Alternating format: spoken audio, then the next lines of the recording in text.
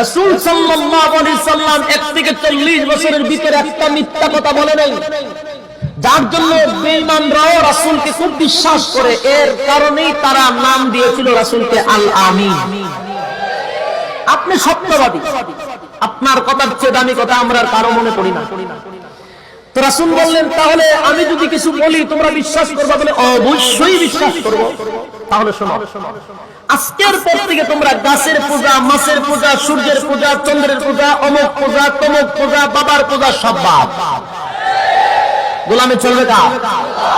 যেহেতু তোমরা আমাকে বিশ্বাস করো, আমাকে মানো, তাহলে এটাও শোনো, আজকের পর থেকে আমাকে আর মুহাম্মদের মধ্যে সীমাবদ্ধ রাখতে চলবে না। আমাকে বলতে হবে মুহাম্মাদুর রাসূলুল্লাহ সাল্লাল্লাহু আলাইহি ওয়াসাল্লাম। আমি আল্লাহর পাঠানো একজন পয়গম্বর, একজন রাসূল। আর এক আল্লাহর পরিচয় করায় দিলেন সবাই। বক্তব্য কয়েক মিনিটের, সবাই বলতেছে এই কথাটাই বলার জন্য কি আমাদেরকে জানাচ্ছেন? বলে হ্যাঁ। আমরা তো এই কথা শোনার জন্য আসিনি, কারণ আপনি যে কথাগুলি বলতেছেন এই কথাগুলি তো কোনো সুস্থ মানুষে বলতে পারে না। রাসূলকে বলতেছে যে আপনি যে কথাগুলি বলতেছেন এটা সুস্থ মানুষের কথা নয়, কারণ সুস্থ মানুষ কোনদিন এক আল্লাহর কথা বলতে পারে না। যেখানে আমরা 360 জন অলরেডি আছে, ঠিক আছে, একজনের কথা কি বাবা? আপনি দাওয়াত দেন ভালো কথা, 600 জন সুদার দাওয়াত দেন, আমরা 300 জন চাই আপনার দলে যাবো, কিন্তু 100 জন, 200 জন, 300 জন না, আপনার কাছে একজন খোদা, এটা কোনো মানুষ মেনে নিতে পারবে না।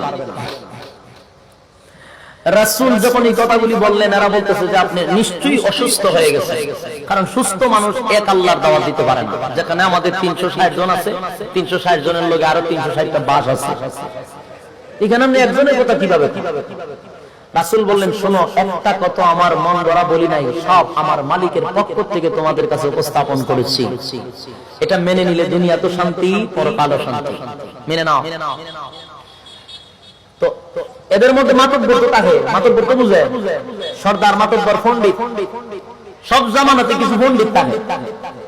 এর মধ্যে কয়েকজন পণ্ডিত দাঁড়ায় কয় আমরা বোঝাপন আছে, তোমার কথা মানলেই চলবে না, আর তুমি আমাদেরকে একত্রিত করে আমরা যোগ দিবি, তুমি বেজ্জতি করছো, আমাদের খোদাদেরকে তুমি অপমান করছো, সুতরাং এটা আমরা মেনে নিতে পারতেছি না।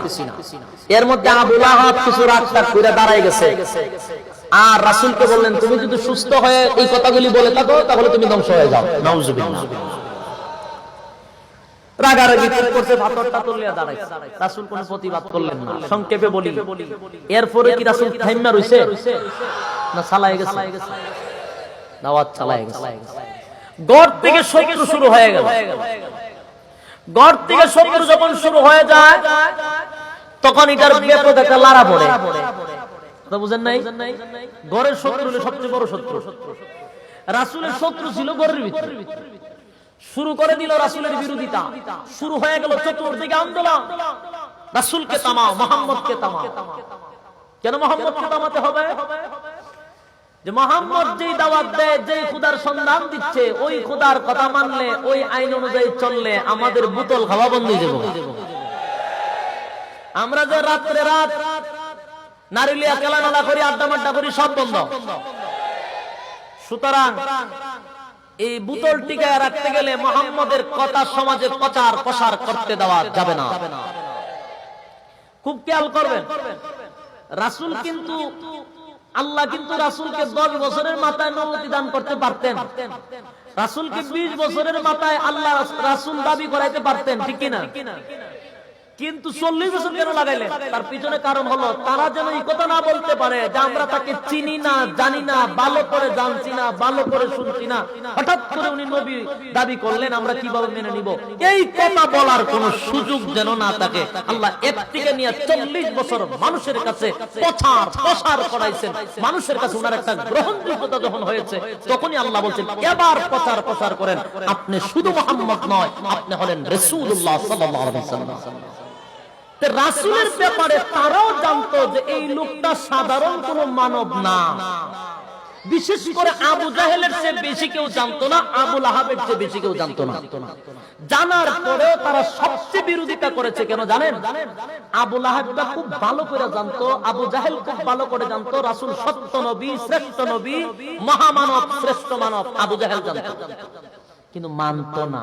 কেন জানে? মানতে গেলে সমস্যা। যেমন রাসূল আরবি সাল্লাল্লাহু আলাইহি সাল্লাম যে কথাগুলি বলেন, যে কথাগুলি নিষেধ করতেছেন, এগুলা যে সত্য আবু জাহেল জানতো। এবং আবু জাহেল নিজের মন থেকে রাসূলকে বিশ্বাস করতে যে উনি যে নবী, এটা হেও জানতো। তার এক বন্ধু একদিন জিজ্ঞাসা, দোস্ত ঘরের ভিতরে কেউ নাই, তুমি আর আমি, আর তো কেউ নাই, বলো তো দেখি মুহাম্মদের নিয়ে যে আন্দোলন হইতেছে গোটা আরব দেশে, এই ব্যাপার তোমার বক্তব্য কি? আবু জাহেল চতুর্দিকে তাকায় দেখ কেউ নাই। দোস্ত তুই তো আমার খুব ঘনিষ্ঠ দোস্ত, আর তোর মনের কথাটা কই আমি। তাহলে শোন, মুহাম্মদ অতীতে যা কইছে এটাও সত্য, বর্তমানে যা কই এটাও সত্য, ভবিষ্যতে যা বলবে সেটাও সত্য। মুহাম্মদ সত্য নবী, মুহাম্মাদের খোদা একজন, দ্বীন ধর্ম সব সত্য, এটা আমি আবু জাহেলও জানি। ওহন বন্ধু হয়ে রে, তুই যদি সব জানস তাহলে দরবারটা কেন লাগায় রাখছস? কথা বুঝেন নাই? তুই জানস মুহাম্মদ যা বলে সত্য বলে, তাহলে তুই মানলে তুই দরবার শেষ, এই বেজাল লাগায় রাখছস কা? দোস্ত তুই তো পলিটিক্স বুঝছ না, আমি তো রাজনীতি করি, পলিটিক্স বুঝতে হয়। আবু জাহেল পলিটিক্স করতেছে, রাজনীতি। কারণ মুহাম্মদ যেই কথা বলে, এই কথা যদি আমি বাধা না দেই আর এইভাবে যদি প্রচার প্রসার হয়, 2 দিন পরে আমার খাওয়া থাকতো না। আমার যেই পরিমাণ মানুষজন বোতল ডাইলা দেয়, আমার যেই পরিমাণ খেদমত করে, আর আমার দরবারে যেই পরিমাণ মানুষ আসা যাওয়া করে, আর যেই পরিমাণ হাদিয়া তুফা আসে, সব বন্ধ দেব। কারণ মানুষ জানতে পারবে সত্যের কথা, যখন মানুষ আস্তে আস্তে বুঝতে পারবে, হক কথা যখন বুঝতে পারবে, তো আমার বিল থাকতো না। তাই আমি সত্যটা জেনেও রাসূলের এই সত্য কথাটাকে ঢেকে দেওয়ার জন্য আমার মিথ্যা প্রকাশ করার চেষ্টা করতেছি, সত্যটাকে গোপন রাখার চেষ্টা চলতেছে, আর কিচ্ছু না। বলুন আবু জাহেল যাই না শুনে বাটপারি করতো না? না যাই না, যাই না শুনে করতো। তাহলে এখন কিভাবে ঠেকানো যাবে? বলে আমরা এখন যদি মুহাম্মদকে মিথ্যাবাদী বলে প্রচার প্রসার করি, সমাজের মধ্যে গ্রহণযোগ্য হবে। কেন? সারা জীবন মুখ দিয়া বলছি সত্যবাদী সত্যবাদী, এই মুহূর্তে মিথ্যাবাদী বললে এটা কেউ মেনে নিবে না, আর কারো কাছে এটা গ্রহণযোগ্য হবে না। তোরা সারা জীবন সত্যবাদী রাখছো, মিথ্যাবাদীর অবস্থা। তাই রাসূলকে একবারও তারা মিথ্যাবাদী বলে নাই। কি বলছে জানেন? পাগল, অসুস্থ, জাদুঘর। খুব খেয়াল করবেন কথা। মিথ্যাবাদী বলছে না, পাগল, অসুস্থ, জাদুঘর। তার কারণটা হলো মিথ্যাবাদী বললে সমাজে খাবে না, সমাজের মানুষ এটা মেনে নিবে না। তাই পাগল বলে মানুষের ভিতরে একটা আতঙ্ক সৃষ্টি করে দিব, যেন রাসূলের কাছ থেকে মানুষ দূরে সরে যায়। পাগলের কথা শুনলে মানুষের আতঙ্ক বেড়ে যায় না? অসুস্থ, জাদুঘর বললে দূরত্ব সৃষ্টি হয়ে যাবে, কিন্তু মিথ্যাবাদী বললে দূরত্ব সৃষ্টি হবে না, বলবে সারা জীবন সত্যবাদী জানি। তাই পাগল, অসুস্থ বলে রাসূলকে প্রচার প্রসার করাইলো, যেন মানুষের ভিতরে আতঙ্ক সৃষ্টি হয়, দূরে সরে যায়। সম্মানিত সুধী, বর্তমানেও যখন কোন উলামায়ে কেরাম, হক্কানি উলামায়ে কেরাম কোরআন থেকে কথা বলে, সহিহ কথাগুলি মানুষের কাছে যখন প্রচার প্রসার করতে লাগে, তখন আমাদেরকে কোনোদিন মিথ্যাবাদী বলে কেউ গালি দেয় না। খুব খেয়াল করো, আমাদের উলামায়ে কেরাম যখন সঠিক কথা বলে, কেউ আমাদেরকে বলে না যে সে মিথ্যা বলছে। কারণ মিথ্যা বললে এখনের মানুষ ওইটা, তাদের কাছে ওইটা গ্রহণযোগ্য হবে না, এখনের মানুষ ওটা মেনে নিবে না। কারণ এখন সবকিছুই পাওয়া যায়।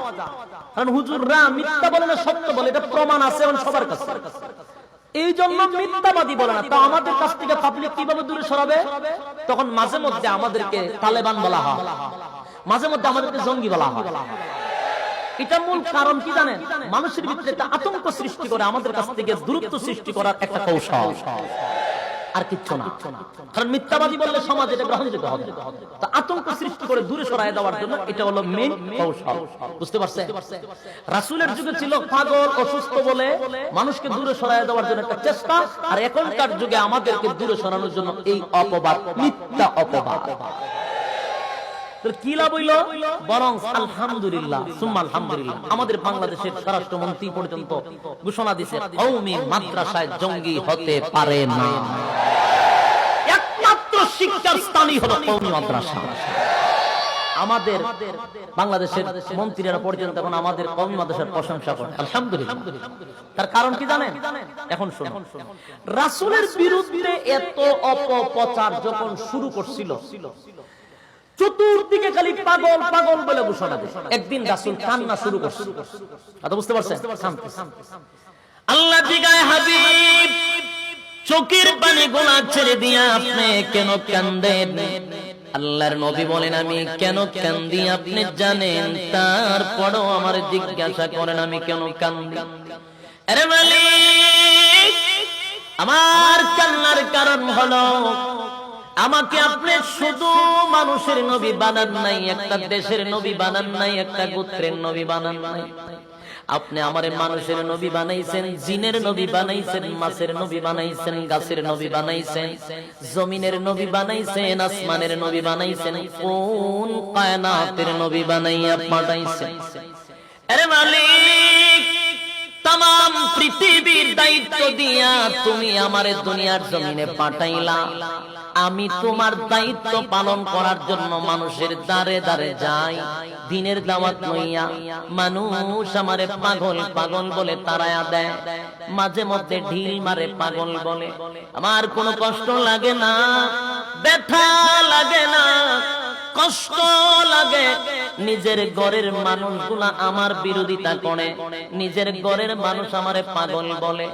মালিক রে, আমি যখন দিনের দাওয়াত লইয়া যাই, মানুষ আমারে বলে তোমার ঘরের মানুষ তোমারে পাগল পাগল বলে, কেমনে গো তোমার কথা আমরা মানব? আরে মালিক, তাই ব্যতীত হই আমি কান্দি। এই জমিনে আমার মা নাই, আমার বাবা নাই, আমার চাচারে দেখছি বাবারে দেখি নাই। ওই চাচা হলো বাবার মতো, চাচিও আমার মার মতো, কিন্তু মালিক রে আমার এত বড় কপাল, চাচাও আমার বিরোধিতা করে, চাচিও বিরোধিতা করে। আমি মা দেখি নাই, বাবা দেখি নাই। মা ছোটবেলায় দুনিয়ার থেকে বিদায় হয়ে গেল, মার আদর পাই নাই। তাই চাচিরে মায়ের মতো মনে করি, চাচারে আমার বাবার মতো মনে করি। কিন্তু মালিক কেমনে গো মানুষের ঘরে ঘরে গিয়ে আমারে পাগল পাগল বলে, মানুষের কাছে আমাকে পাগল বলে প্রচার করে।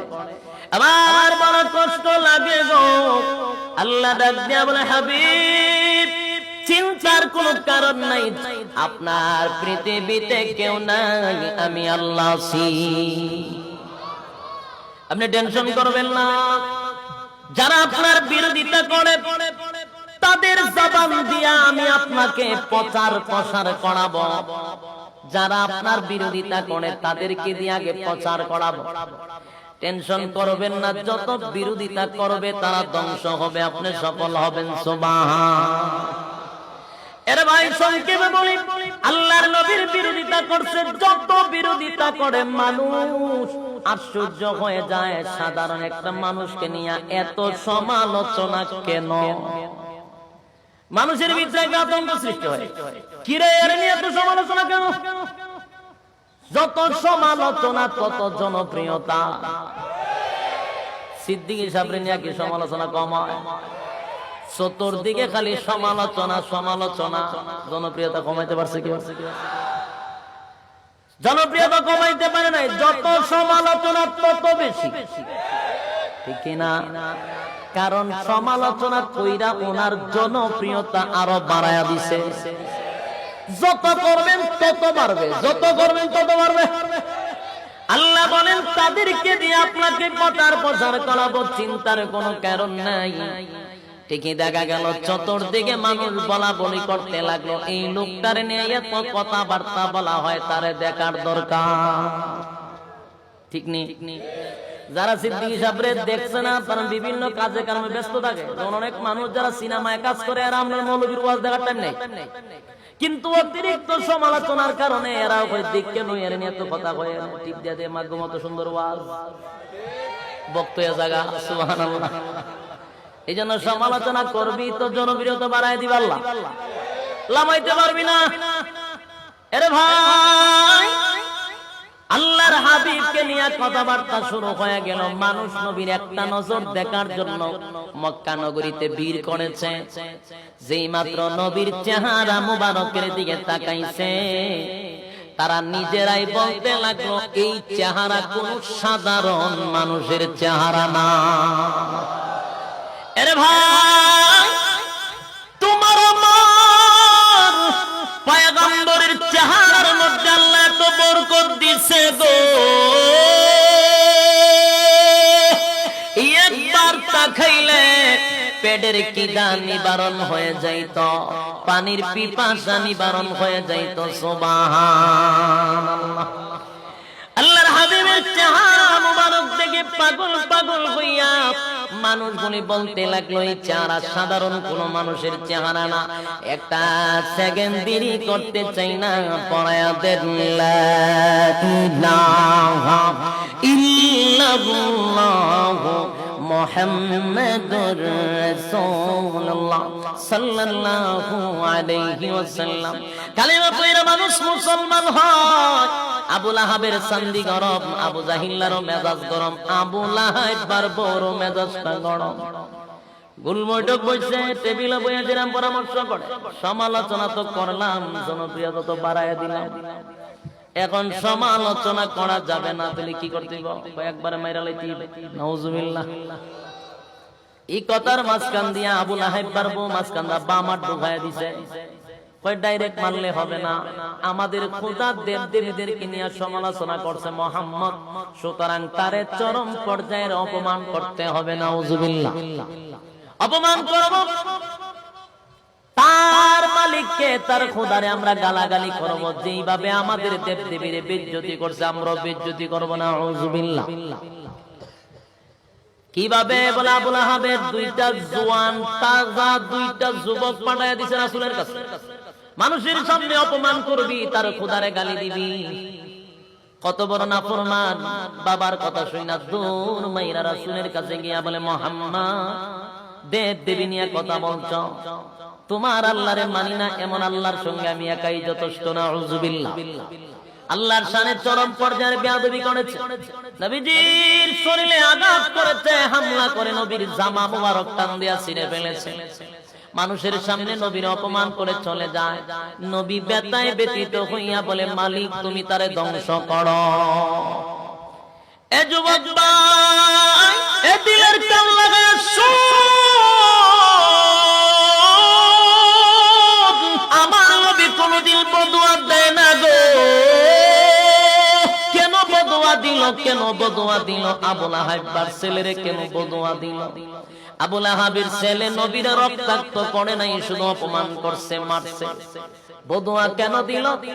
এর আগে নবী কতবার জীবনে খাইছে, বদুয়া দেয় নাই। আল্লাহর নবী কান্দে আর বলে, মালিক রে, আমার শরীরে হামলা করেছে, রক্তাক্ত করে নাই, জামা টান দিয়া চিরে ফেলেছে, এই জন্য আমি কান্দি না। না, এই জন্য কান্দি না, আমি এই জন্য বদুয়া দিছি না গো, এই জন্য বদুয়া দেই নাই। কারণ এর থেকে বেশি আমি তোমার দিনের জন্য, ইসলামের জন্য, দিন কায়েমের জন্য রক্ত ঝরাইছি। আরে মালিক, তাইফের ময়দানে রক্ত ঝরাইছি, শরীরের এমন কোন জায়গা নেই রক্ত বাহির হয় না, আমি বেহুশ হয়ে জমিনে পড়ে গেছি, রক্তাক্ত। রাসূল কেমন ভাবে তাইফের ময়দানে মারছে, বদুয়া দিছে। এই কথা বল না, খারাপ লাগতেছিল আপনারা? এরে ভাই, এই এত মার খাওয়ার পরে নবী বদুয়া দিল না। তাইফের ময়দানে রাসূলে পাগল পাগল বলে ঢিল মেরেছে, নবীজির শরীরের চামড়া পেটে রক্ত বাহির হয়েছে। আমি জানতে চাই, কত জোরে ঢিল মারলে পরে শরীরের চামড়া পেটে রক্ত বাহির হয়? জানতে চাই, কত জোরে মারলে চামড়া পেটে রক্ত বাহির হয়?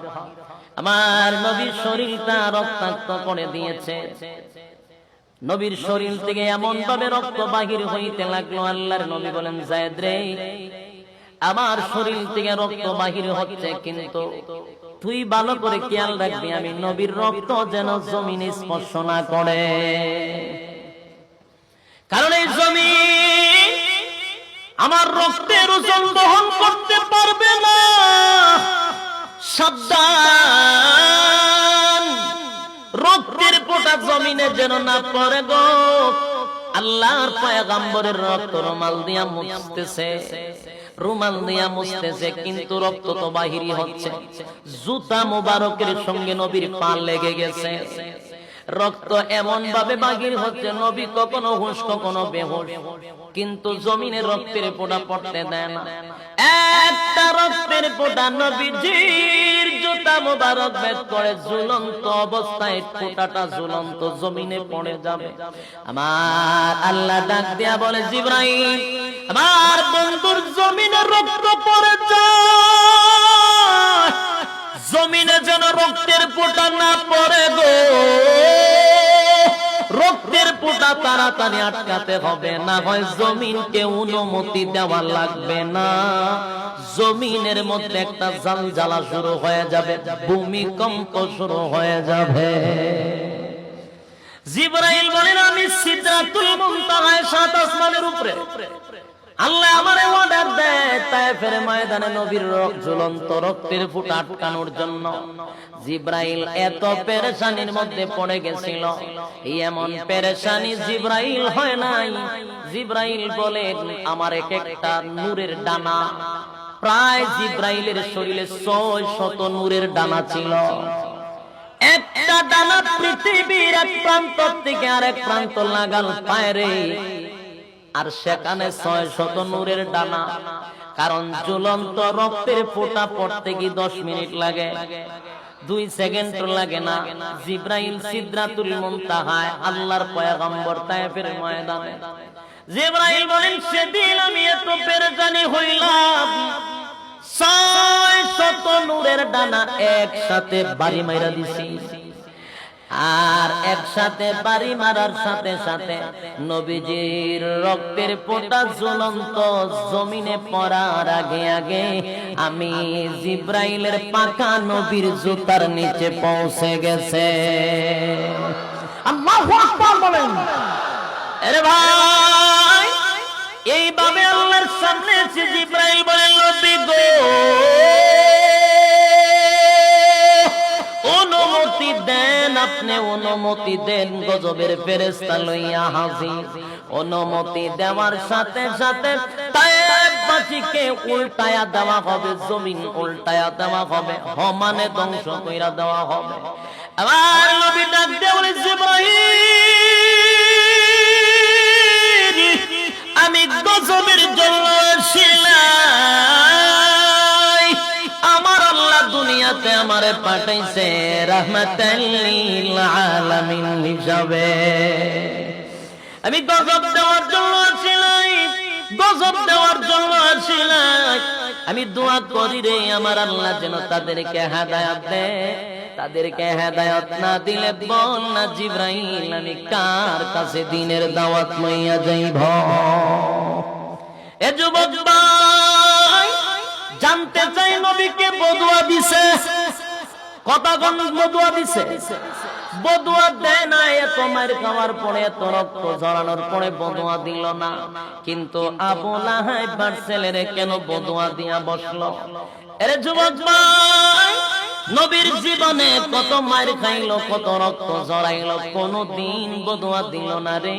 তায়েফের ময়দানে রক্ত ঝরাইলো, উল্টা দোয়া করছে। উহুদের ময়দানে রক্ত ঝরাইছে, বদুয়া দিছে। এই কথা কোন বদুয়া দিছে?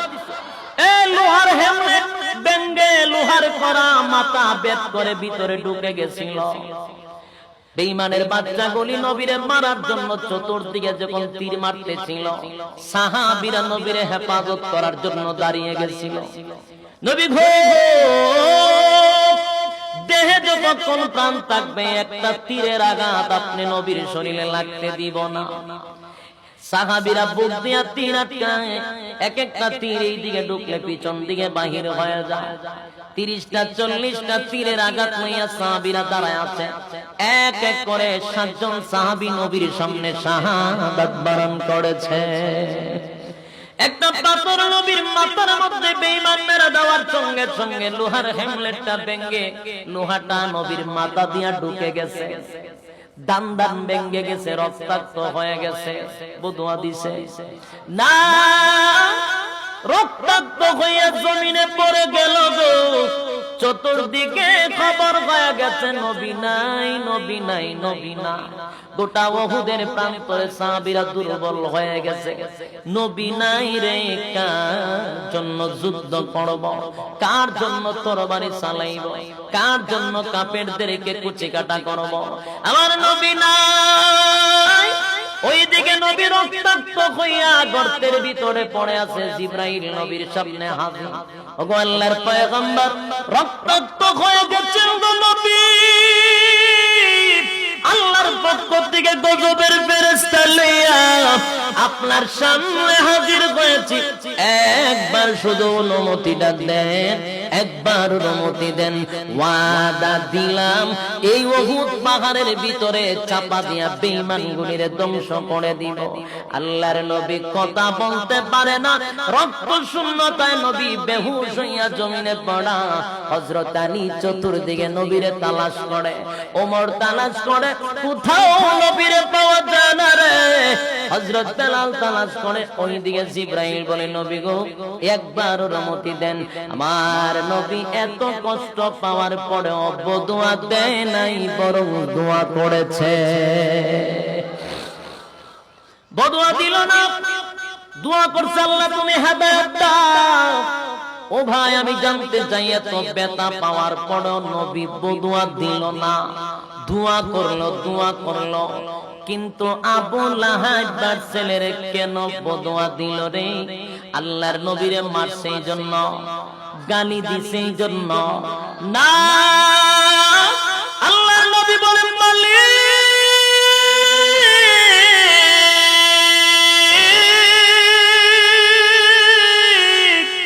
আবু লাহাবের ছেলে যদি আমার রক্তাক্ত করে দুনিয়া থেকে বিদায় করে দিত গো, আমি কোনদিন বদুয়া দিতাম না, বদুয়া দিতাম না। কিন্তু আমি নবীর সামনে দাঁড়াইয়া, আমার সামনে দাঁড়াইয়া আপনি আল্লাহকে আমার সামনে অপমান করছে। আমি নবী সব বরদাস্ত করতে পারি, কিন্তু আপনি আল্লাহকে আমার সামনে কেউ গালি দিবে, আমি নবী বরদাস্ত করতে পারি না। তাই তো আমি সঙ্গে সঙ্গে তারে ধ্বংস হওয়ার জন্য বদুয়া করছি। সুবহানাল্লাহ। এ যুবক ভাই কি বুঝলেন? নবীরা মারছে, বদুয়া দিছে, গালি দিছে, বদুয়া দিছে। কার জন্য? আরো জোরে। আল্লাহকে গালি দেওয়ার কারণে নবী পর্যন্ত রাগান্বিত হয়ে গেল। ও যুবক ভাই, খালি তো লাফালাফি করতে জানি, খালি তো ফালাফালি করতে জানি, খালি তো মুরব্বীদের সঙ্গে বেয়াদবি করতে জানি, খালি তো অমুকের সমালোচনা তমুকের সমালোচনা করতে জানি, অমুকের বিরুদ্ধে তমুকের বিরুদ্ধে কথা না বললে পেট ভরে না। কিন্তু আমি জানতে চাই কয়বার নবীর বিরুদ্ধে কথা বলার কারণে, আল্লাহর শানে বেয়াদবি করার কারণে আপনারা মাঠে ময়দানে নেমে সরকারের কাছে আবেদন জানাইছেন যে তাদেরকে দৃষ্টান্ত